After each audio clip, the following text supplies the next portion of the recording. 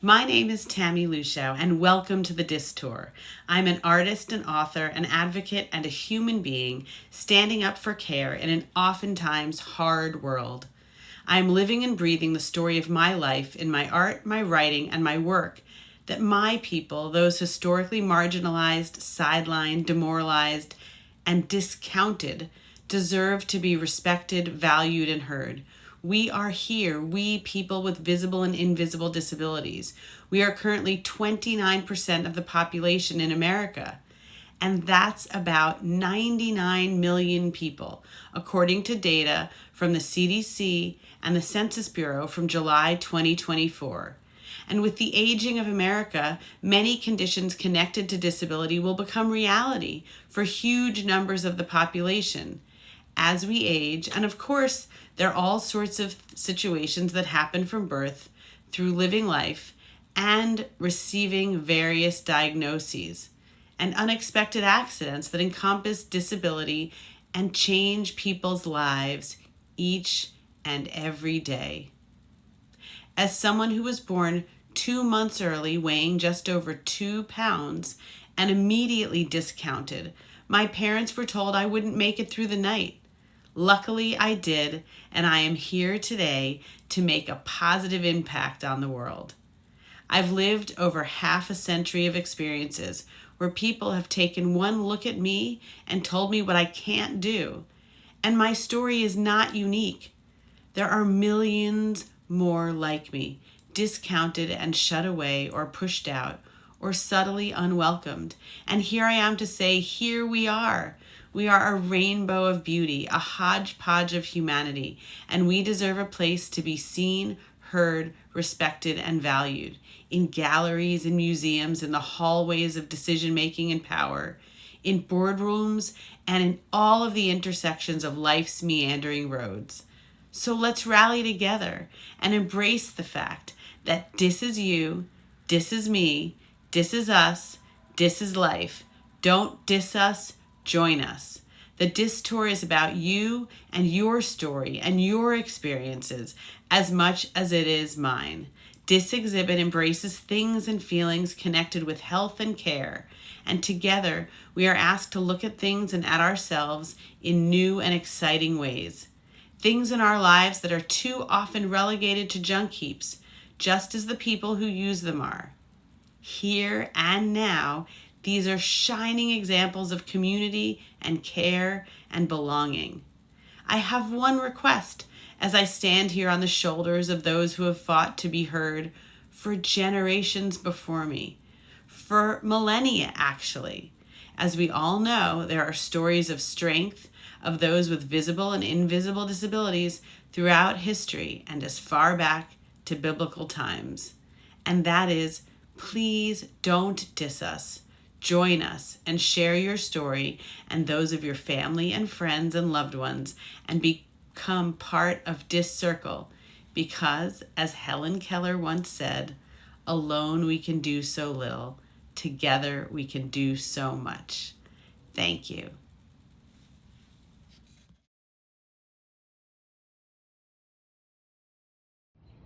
Hi, my name is Anya, and this is my story. 1970, I gave birth to Tammy. Tammy was preemie, 2 pounds, 14 ounces, but that wasn't the problem. The problem is that she was missing a leg and some fingers. Anyway, that event in my life brought me into a whole community of people I had never known existed. And that was parents of children with disabilities. And it's been quite a journey. As you can see, it's been a wonderful, inspiring, exciting, sometimes painful, sometimes difficult, but overall, look at the result. We're all here celebrating her achievements and everything she's created. So I'm really proud.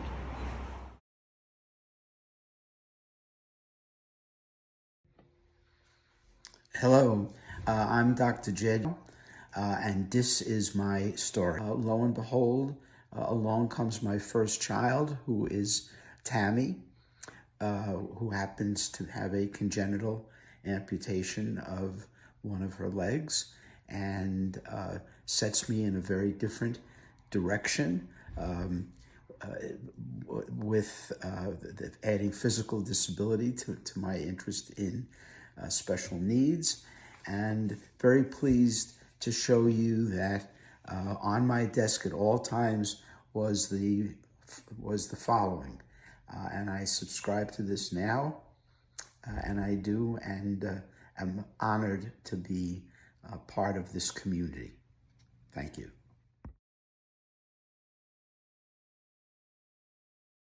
Hi, my name is Divya, and this is my story. I have a friend who has lupus, and she is my longest time friend from when we were in elementary school. And it's been really difficult because she was diagnosed back during COVID, which not only was she immunocompromised, but she had this whole new scary diagnosis to deal with. To the point where she was in a wheelchair, she had no mobility, she has rheumatoid arthritis. So it was really, really tough to see her go through that period of time. But just recently, she's been on a new medication regimen, and she's been working really, really hard to kind of give herself a bit of normalcy. And she's finally gotten out of her wheelchair, and she's growing out her hair, and it just looks great. So it's definitely possible to navigate life, even if things are tough. All right, thank you.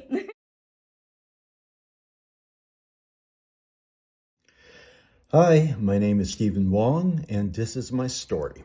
When I was in college in the 1990s, I was tested for dyslexia and told that I did not have it.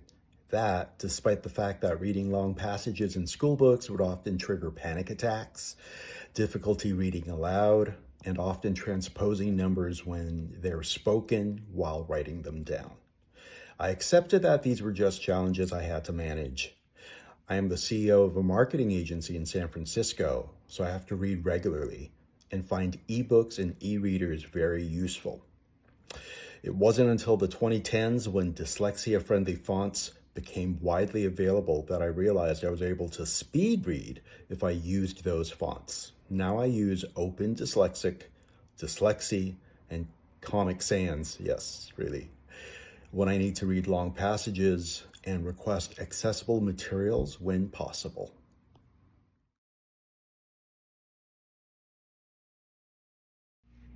Hi, I'm Katrina, and this is my story. I've had 4 heart attacks due to SCAD, which is spontaneous coronary artery dissection, but that's not all of my story. I'm also a wife, a mom, and a proud CEO of multiple companies. Don't diss us, join us.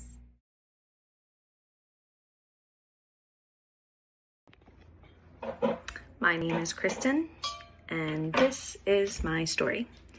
My mother was diagnosed with dementia last fall.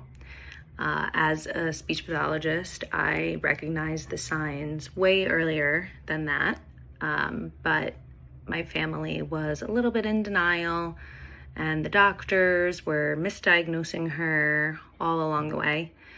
But we finally got this diagnosis, and while my mom has always been a little on the kooky side, it sort of tumbled the whole house down, for lack of a better term.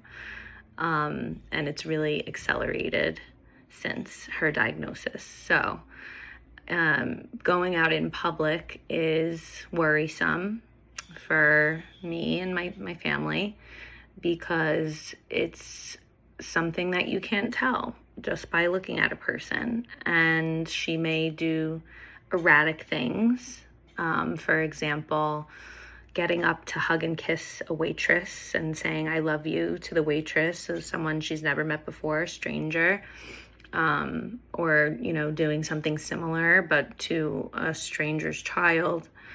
And it's a constant being on your toes to make sure that she's protected, and also the people around her can understand that she doesn't mean any harm by it. So it's just been a journey, and navigating the systems to get her the support that she needs has been and continues to be a journey. but dementia is an insidious disability, and it's one that doesn't get better, but it is one that you can try to better manage.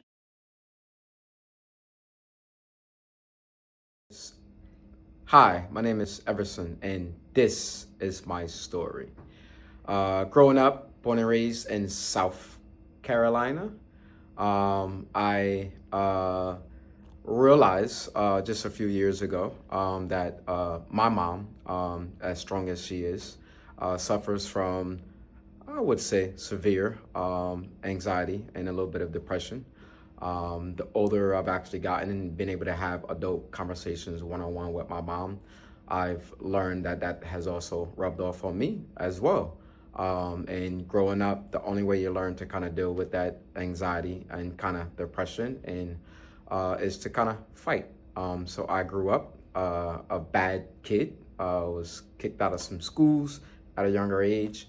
And the older I got, I learned to kind of channel that through sports. And be able to kind of, acknowledge the fact that, there's ways of being able to deal with it.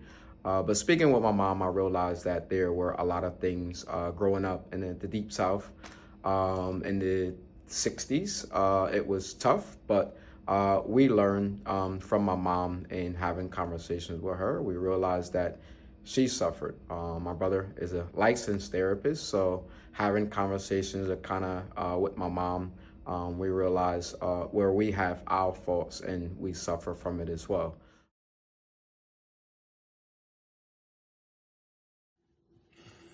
My name is Marnie Seif, and this is my story. My younger daughter was born with a congenital orthopedic problem that required surgery on both her legs to fix.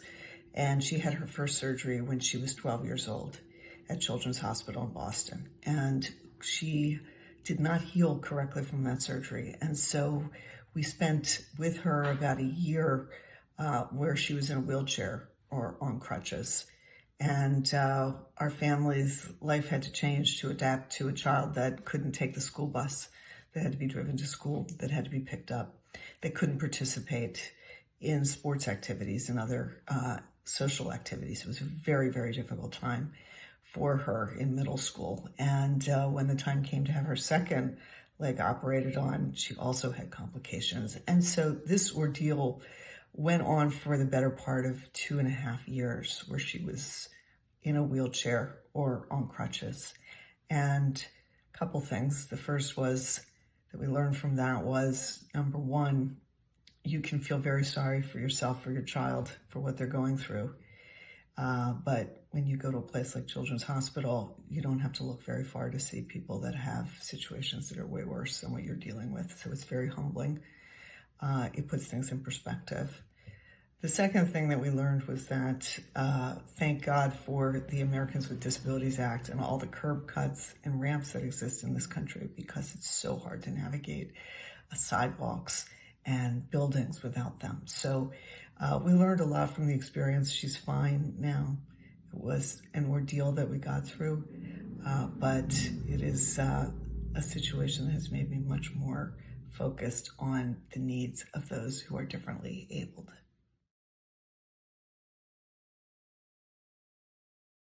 I am Bruce, and this is my story. When I was a young kid, I was a terrible stutterer. Kids picked on me, tortured me, laughed at me, made my life miserable. But when I was lucky enough, and hopefully good enough to be able to act, I never stuttered. It was a crazy thing. And yet, the next day at school, the teacher said, "We're going to read a book today, and we're going to go up and down the aisle." And I said, "Oh, I'm number 13. I'm so afraid. I'm so nervous. Please, the bell should ring so I don't have to speak." When she finally got to me, it was so scary. I was so nervous and so tense I could barely say a word. And yet that night, I was back on stage, acting like nothing ever happened, or like I never was a stutterer. I think the moral of my story is nothing is guaranteed in life, but don't let anything stop you. You're in control of your own destiny. You push forward. You only do good things. I can speak in public. I'm not afraid to do anything. Yeah, I have a relapse once in a while from PTSD, but for the most part, I speak the way I'm speaking here. And I tell you all, take care of yourself, believe in yourself, don't let anybody get you down.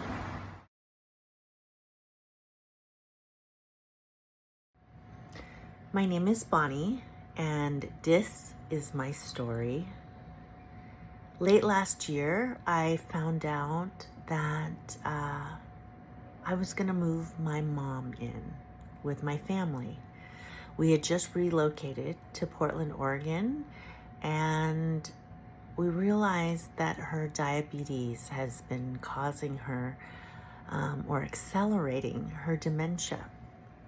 I never imagined that my mom would have dementia. I don't know why. My father suffered from depression my whole life, and that seemed to occupy the center of our family's attention. But when we had Thanksgiving dinner in 2024, it became apparent that the dementia had gotten pretty severe. My mom couldn't remember my youngest daughter's name. She had to ask her for it. And that was wild to me, to watch it happening in real time. We made the decision really quickly. Living with her, watching dementia unfold day to day has its frustrations, for sure. It's hard, it's exhausting. It's like having another child to take care of in the house. Keeping her diet regulated, all of her meds in order. I'm at the pharmacy every day. I'm cooking every meal, so we're housebound more or less. But also seeing my mom interact with my 12-year-old and my 16-year-old, and how much each of them have stepped up, and how much closer we all are as a family. And we've never laughed so much as we do now. I think because we've learned to hold the dementia lightly while holding my mom tightly. My guiltiest moments are the ones when I lose my cool. I'm too tired, I'm too exhausted, and those outbursts certainly do happen. But the most surprising thing is how much joy we are getting. Even my husband, and he has sacrificed so much to step in, and I do believe it has brought us closer together. So that is my DIS story. Hi, my name is AJ. This is my story. I have a visual impairment, so without my glasses, I can't see far, or I can't even drive without my glasses.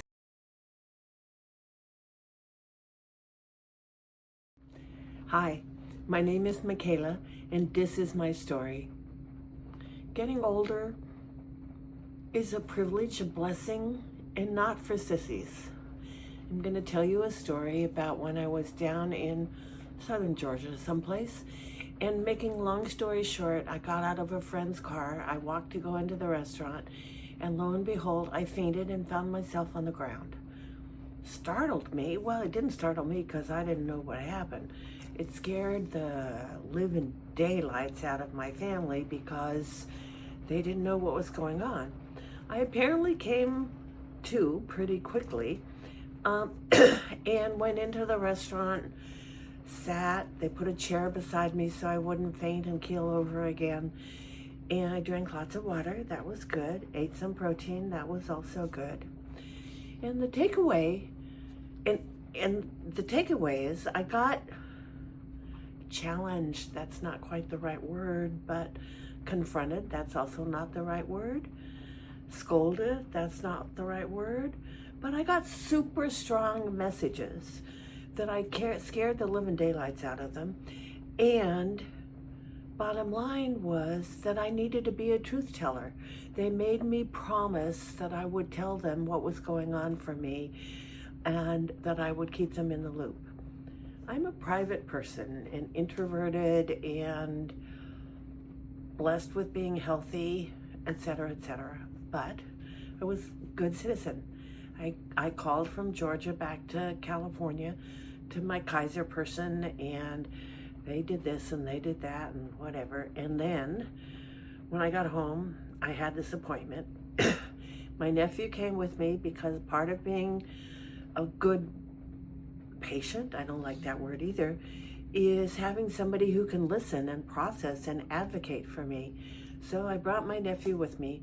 And then it's a pain in the arse because I've had to go here for this and there for that and this for the other and someplace else for that.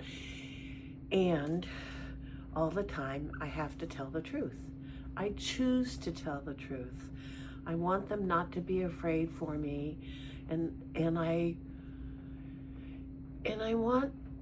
want to be a good senior citizen. I want to talk about what's going on and be joyful as I ride the downward curve of my life.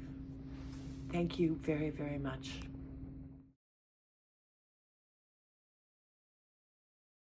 Hi, I'm Philip, and my story is that my favorite uncle, who actually taught me photography when I was 5, was in a wheelchair. He was disabled from the neck down, having jumped off a cliff in Hawaii when he was doing the same kind of diving that you see in Elvis movies, and unfortunately hit the bottom. And he lived to be England's longest living paraplegic. Sadly no longer with us, but I loved him dearly.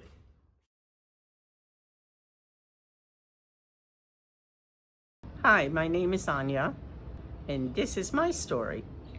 I'm a psychologist, and because I had a child with a disability, I ended up veering towards working with parents and siblings of children with disabilities, and it's been quite a journey.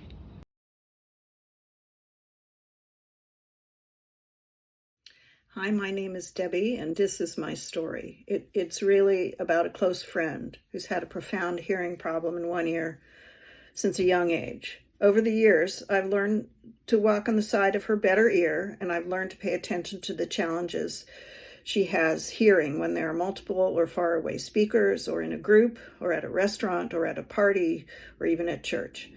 It's even more difficult when lots of people were masking. She's told me how hard it is for her to feel comfortable in so many places. When it's so loud, it's physically painful, or when she's isolated by not being able to understand the conversation. As we've aged, it's become even harder. Hi, I'm Yoshi, and this is my story. As my parents age and wherever we go, I start thinking more and more about ramps and accessibility because their mobility is more limited nowadays. Hi, my name is AJ. This is my story. I have allergies, so when I'm going out, I have to be careful with what I'm eating, and it prevents me from doing other things such as trying new foods and other things like that. Thank you.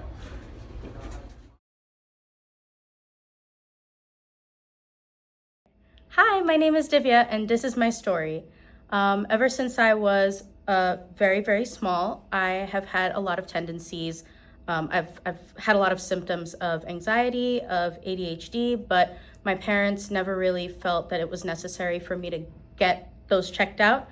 So I've kind of been going through my life without any coping mechanisms or any tools, and it has all hit ahead just recently. So finally, I'm in therapy. I'm making sure that I am taking care of my mental health so that I can be the best version of myself to me and to others around me. So, yeah.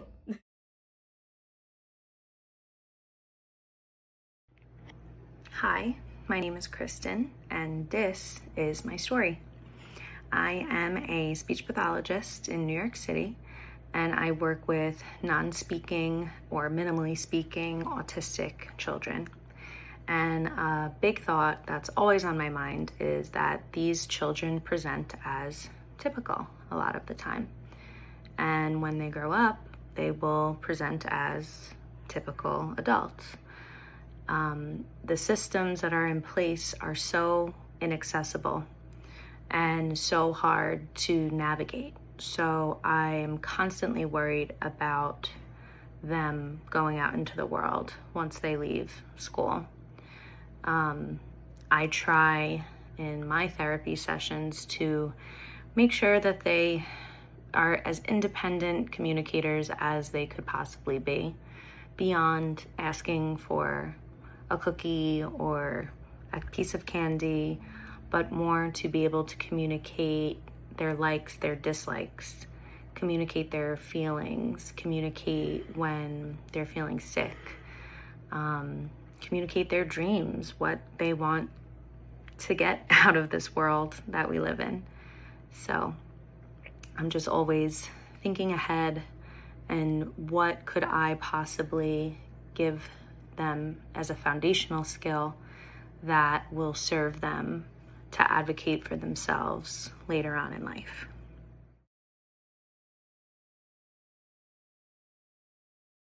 Hi, my name is Anya, and this is my story. In 1970, when I had my first child, lo and behold, Tammy was a preemie, 2 pounds, 14 ounces, and that brought me into the whole world of people in neonatal units and parents of children with preemie children.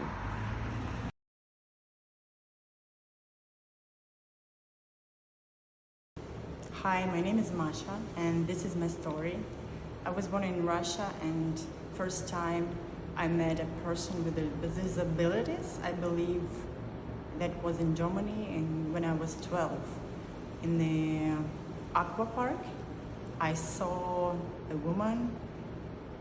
I don't remember exactly what was the disability, but I was in shock because I never saw somebody in my closest environment like this. Because usually in Russia, those people live separately. They are not goes to regular schools or something.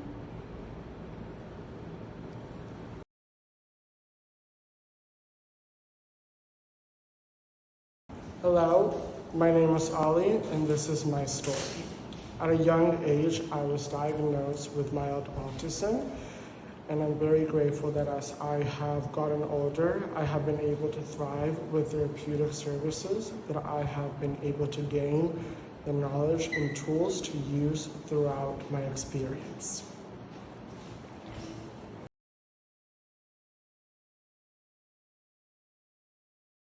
Hi, my name is Maya, and this is my story. I broke my foot twice in 1 year, and it was very difficult because I had to learn how to use the crutches, and it prevented me from doing a lot of things, and the boot helped a lot. And I also realized what it's like if you always have to use crutches on a daily basis. And I learned how to overcome being on crutches all the time, and this is my story.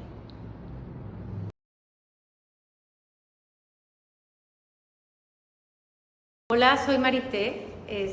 Yo tengo dos situaciones. Primero empecé yo con dislexia, que fue un poco difícil para mí en la infancia, y ahora soy madrina de un joven con autismo severo. Él lo que ha hecho en nuestras vidas es cambiar un poquito y ver todas las perspectivas diferentes y los diferentes lenguajes y las diferentes formas de vivir. Y la verdad lo que más hizo es que el amor creció más en mí. Bravo.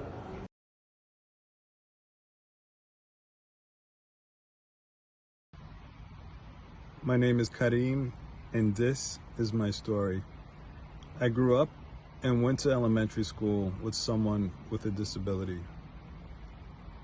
In those days, kids could be mean to anyone who was different. But Tammy Luchow, your strength made you equal in every way. You made us more compassionate to children with disabilities and handicaps. So thank you for sharing your disability with us. Thank you for educating us. And thank you for always striving for what you wanted despite your disability.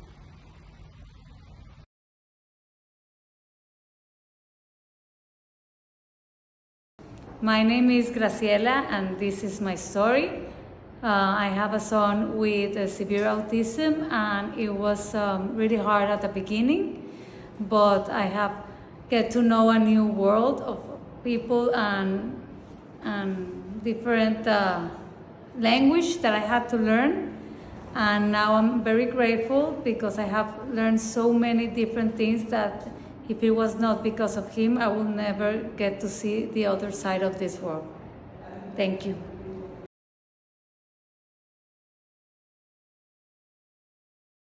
Hi, my name is Ihab, and this is my story. I work in art, and that reflects the people's mental health traumas, unhealed wounds that comes from PTSD, from experiences in their lives since childhood until present day.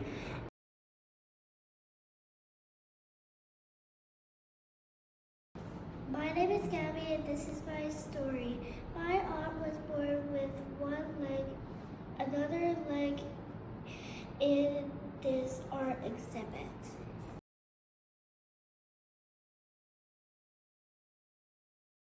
Hi, my name is Evan, and this is my story. I've been type 1 diabetic for 16 years of my life.